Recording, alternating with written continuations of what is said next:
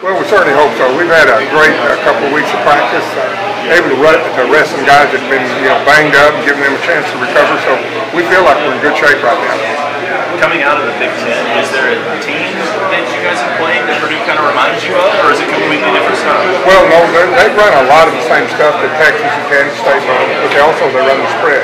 They'll run the zone read, they'll run the power read, do a lot of quarterback run game. So they give you a combination of a couple things. So I'd imagine that's a little bit more of an advantage than if you were playing just an Air Force or something. Oh yeah, no question. Yeah, and the extra time for the bowl practice allowed us to play against everything we think we're going to see. The problem, we don't know what they put in. I mean, they may have added a whole new couple, 3 plays. I'm sure they have. We just have to adjust and get after it as soon as we can. Coach Gundy said that he didn't think, at this point in his career, he could turn around and start coaching in defense, even though he studies them, trying to set up an offensive plan. What do you think that's difficult for him? No, I think he's being modest. I think he can do it in a heartbeat. By knowing the offense, I was able to coach on offense a couple of years, my first 2 years of college football. It makes you a better defensive coach because you can understand a little bit more what the offense is trying to accomplish.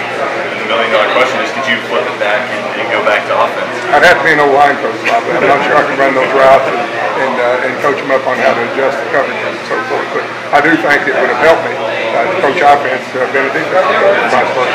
Is it nice not having to face a Big 12 offense for once?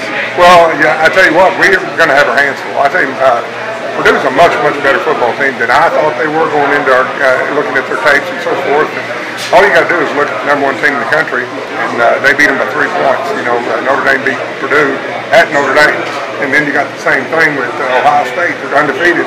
They went into overtime against Purdue. So when their quarterback's healthy, they're a pretty good football team. I guess this is the case that the record doesn't necessarily. Well, no question about it. We're better than our record, I think. But at the same time, hey, it's who shows up, who plays, who carries out their assignments and does their job. Did you sense any disappointment from your side of the ball? You guys finished 4th in the Big 12, and yet you're, the 8th spot as far as the Big 12 bowl slots go. We just are lucky and fortunate to get to go to the bowl game. The people here have just been phenomenal. We'd like to be in the championship game. I mean, we'd be lying not to say that, but obviously we didn't deserve it. And we didn't play as well in the last 2 games as we should have. We got nobody to blame there but ourselves.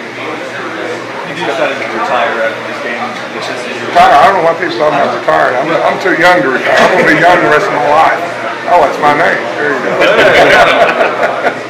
What does it mean to you to be coaching here at Oklahoma? Oh, I love coaching here. I still love coaching here. It's such an honor and a privilege to go back to your alma mater and have an opportunity to coach. And have some great players, some great coaches, and it's just been fun. Real fun.